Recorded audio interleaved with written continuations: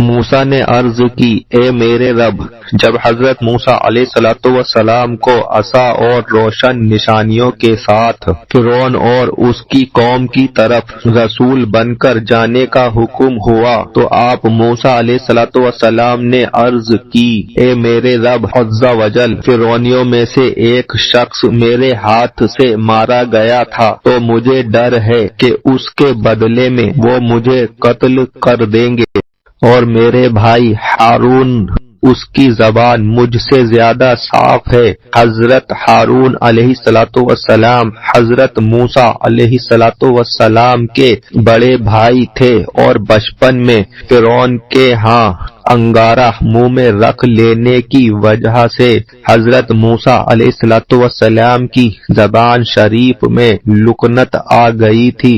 اس لیے آپ نے فرمایا کہ میرے بھائی حضرت ہارون علیہ السلام کی زبان مجھ سے زیادہ صاف ہے، تو اے میرے رب عز و جل اسے میری مدد کے لیے فرعون اور اس کی قوم کی طرف رسول بنا کر بھیج، تاکہ وہ حق بات کو مزید واضح کر کے اور حق کے دلائل بیان کر کے میری تصدیق کرے۔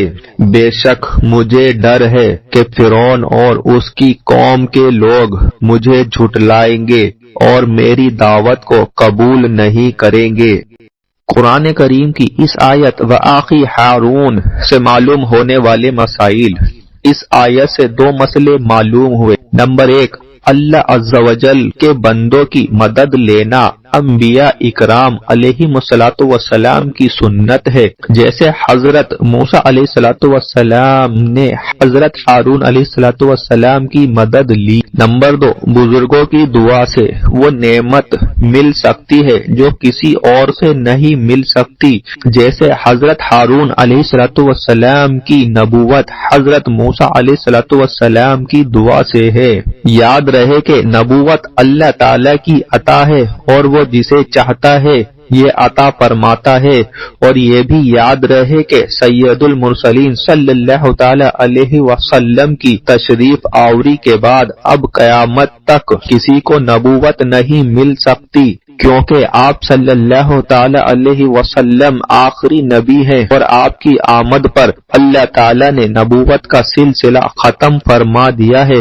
البتہ اب بھی اللہ تعالی کی بارگاہ کے مقرب بندوں کی دعا سے ولایت، علم، اولاد اور سلطنت مل سکتی ہے۔ اللہ تعالیٰ نے حضرت موسیٰ علیہ السلام کی دعا قبول فرمائی اور ان سے ارشاد فرمایا، ہم تیرے بھائی کے ذریعے تمہیں قوت دیں گے اور تمہاری مدد کریں گے، اور ہم تم دونوں کو غلبہ و تسلط عطا فرمائیں گے اور دشمنوں کے دلوں میں تمہاری ہیبت بٹھا دیں گے، لہذا تم فرعون اور اس کی قوم کے پاس جاؤ، وہ لوگ ہماری نشانیوں کے سبب تم دونوں کا کچھ نقصان نہ کر سکیں گے، بلکہ تم دونوں اور تمہاری پیروی کرنے والے ہی ان پر غالب آئیں گے۔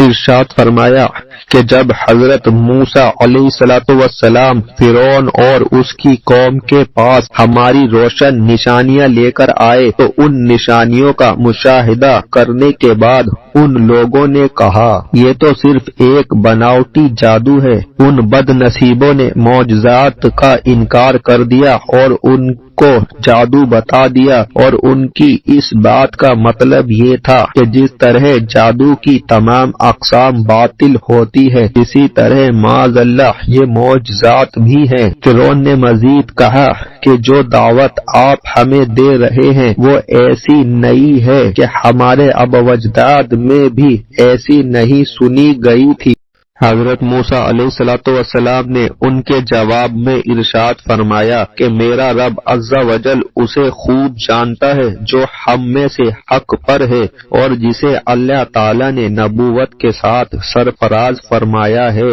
اور اسے بھی خوب جانتا ہے جس کے لیے آخرت کا گھر ہوگا اور وہ وہاں کی نعمتوں اور رحمتوں کے ساتھ نوازا جائے گا۔ اگر تمہارے گمان کے مطابق میرے دکھائے ہوئے معجزات جادو ہیں اور میں نے انہیں اللہ تعالی کی طرف منسوب کر کے جھوٹ بولا ہے تو اللہ تعالی مجھے یہ کبھی عطا نہ فرماتا، کیونکہ وہ غنی اور حکمت والا ہے اور اس کی یہ شان نہیں کہ وہ کسی جھوٹے اور جادوگر کو رسول بنا کر بھیجے۔ بے شک کفر کر کے اپنی جانوں پر ظلم کرنے والے کامیاب نہیں ہوں گے اور کافروں کو آخرت کی کامیابی میسر نہیں۔ حضرت موسیٰ علیہ السلام نے فرعون کو جو اللہ تعالی کی وحدانیت پر ایمان لانے اور صرف اسی کی عبادت کرنے کی دعوت دی تھی، اس کا انکار کرتے ہوئے فرعون نے اپنے درباریوں میں موجود لوگوں سے کہا، اے درباریوں، میں تمہارے لیے اپنے سوا کوئی خدا نہیں جانتا جس کی تم عبادت کرو۔ پھر اس نے اپنے وزیر حامان سے کہا، اے حامان، میرے لیے گارے پر آگ جلا کر اینٹ تیار کرو، پھر میرے لیے ایک انتہائی اونچا محل بناؤ، شاید میں موسیٰ کے خدا کو جھانک لوں، اور بے شک میں تو موسیٰ کو اپنے اس دعوے میں جھوٹوں میں سے ہی سمجھتا ہوں کہ اس کا ایک معبود ہے جس نے اسے اپنا رسول بنا کر ہماری طرف بھیجا ہے۔ فرعون نے یہ گمان کیا تھا کہ معاذ اللہ تعالیٰ کے لیے بھی مکان ہے اور وہ جسم ہے کہ اس تک پہنچنا اس کے لیے ممکن ہوگا، اس لیے اس نے حامان کو عمارت بنانے کا حکم دیا اور اپنے ارادے کا اظہار کیا۔ چنانچہ حامان نے فرعون کے حکم پر عمل کرنے کے لیے ہزارہا کاریگر اور مزدور جمع کیے، اینٹیں بنوائی اور تعمیراتی سامان جمع کر کے اتنی بلند عمارت بنوائی کہ دنیا میں اس کے برابر کوئی عمارت بلند نہ تھی۔ کہتے ہیں کہ دنیا میں سب سے پہلے اینٹ بنانے والا حامان ہے، یہ صنعت اس سے پہلے نہ تھی۔